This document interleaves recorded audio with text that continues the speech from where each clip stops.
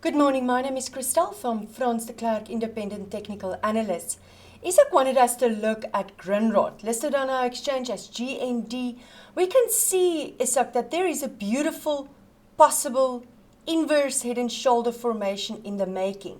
And it looks like for the last 4 weeks, Grindrod has protected that red line, which represents the 40-week moving average, and that is seen as positive.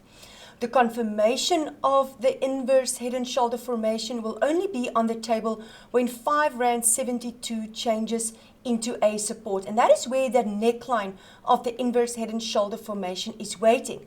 What is the conservative target of my formation? It can either be the length of the right or the left shoulder, projected upwards from the neckline where the formation will be confirmed, meaning that Grindrod can possibly go to 7 Rand 13, that's the conservative target, and the full target of the formation is the length of the head, projected upwards, that can take us possibly to 8 Rand 55.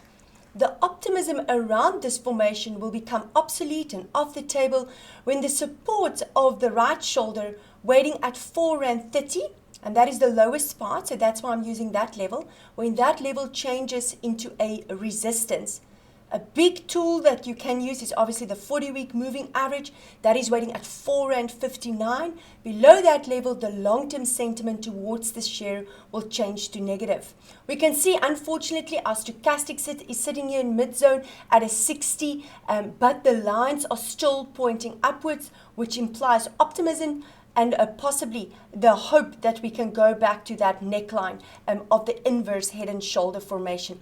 There's no window. I've looked for a window on Grindrod, and remember, this is just the Grindrod bank leg. This is not Grindrod shipping, but nice targets for that inverse head and shoulder formation that you can aim for. Queenie wanted us to look at Afrimat, one of our market favorites for a while, and now the big decision is how high can it go? Yes, it is extremely overbought at the moment. Our stochastic is sitting there on a 89.5, and that tells us it is overbought. But have a look there. Both my lines, the blue and the orange line, is still pointing upwards. It tells us the momentum to the top is clearly in place, and the share continues to reach for new recent highs, and that is seen as positive. Last week's high was around 55 Rand 19. This week's high is at 57.04. So the big question is, how high can it go? So what you can do is use Fibonacci levels to determine where my next strong resistance is. You can either use Fibonacci levels, or you can zoom out and have a look at the history of the graph to see if there are other previous strong support or resistance lines that you can draw in. And we can see Afrimat doesn't have any of that. It is in groundbreaking new territory. So what we're going to do is we're going to use the most fairly recent strong resistance, a high that was in the week of the 19th of April. That was at 52 Rand 99. And a strong recent support low that was waiting at 37 Rand 66. And we can use that as the 0 and the 100% level on our Fibonacci. And you can see how strongly those lines, they're at the 61.8%. 47 Rand and 8 cents, how strongly that was previously a support and a resistance. Here it was a resistance, there it became a strong support. And then we can say, hey, these are strong support and resistance lines that I can, with fair confidence, use to say, where possibly can Afrimat go to? And we can see the next 161.8% level is waiting at 62 Rand 51. As long as this high of 52.99 remains a support, that is the possible resistance level that Afrimat can go to. First sign of weakness will obviously be below that support at 52.99, and then we can use 49.67, or we can wait for a negative divergence. When that blue line starts to break through the orange line, that will ring the bell to say, be careful, maybe it's time to consider some profit taking. But the momentum to the top is in place. Our 40-week moving average is a strong support waiting there at 43.91. You can use those support and resistance levels, Queenie, to make your decision. Rue wanted us to look at Curro. one of the shares on our market that is coming from a very, very low base. And you spoke there, Ru, about a possible inverse head and shoulder formation. But for me, there is a stronger cup and handle. I've got a cup here, my first right handle, second, third, and now it's hovering there around the neckline. So for me, I'd rather see a cup and handle formation, which means it's also a positive formation.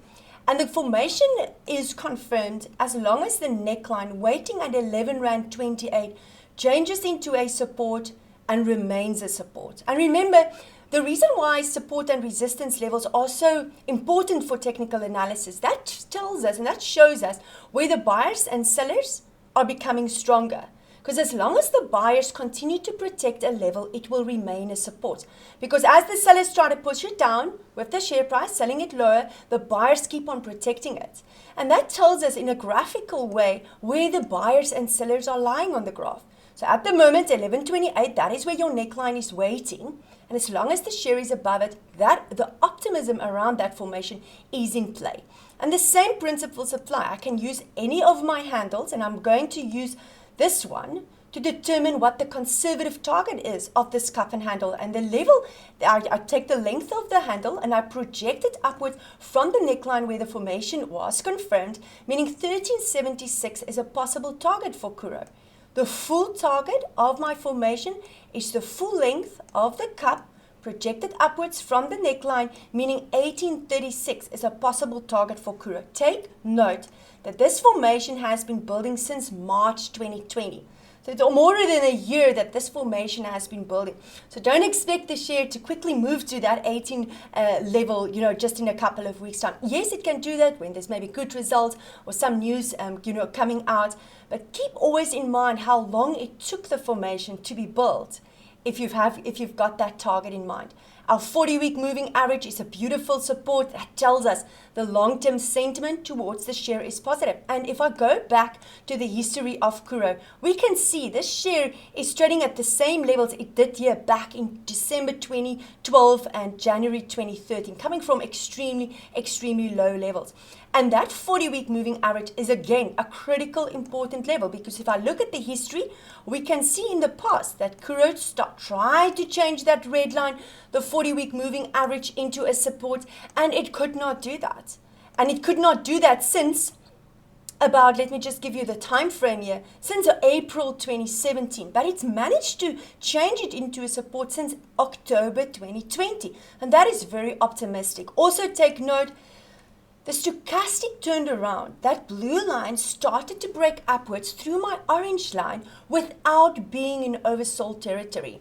And although as keen buyers, that's not an ideal place to buy a share when it's that close to overbought levels. But that tells us how strong the buyers were to protect the share and to buy the dips without the share being oversold. And that is very positive and optimistic. If I look at the previous strong resistance, that is waiting at 12 Rand 49. And that is about, 19 cents from where the share is trading at the moment at 12.30. So once 12.49 changes into a support, you can get the Coke cups out and start to celebrate, because that will be seen as very, very positive for Curro Holdings. Lucky wanted us to look at the Bitcoin pair, currency pair, depending on how you see cryptocurrency USD. ETH, the Ethereum US dollar pair. And at the moment, Lucky, our stochastic is sitting on a 35. It's not oversold enough, and that's the ideal place to start to buy a share. So, and I can also see that my blue line is trying to slide through my orange line downwards. And that is seen as negative. I want that blue line to start to point upwards. I want it to break through my orange line, and then the optimism will be in place. We can see, that high there at 4,380 in the week of the 10th of May. hasn't been close to reaching it. It keeps on making lower highs, and more importantly, we can see that resistance at 2,899 is a strong level that needs to start to change into a support in order to believe that the buyers will continue to protect Ethereum. So at the moment, the strong support on Ethereum is waiting there at 2,103. Below that level, I'll be concerned because then my next lower high will be on the table, and that will be seen as negative. Below 2,103, conservative target of that inverse cup and handle or the lower high will be at least 1,346, and it will take this instrument below its 40-week moving average, waiting at 1,464.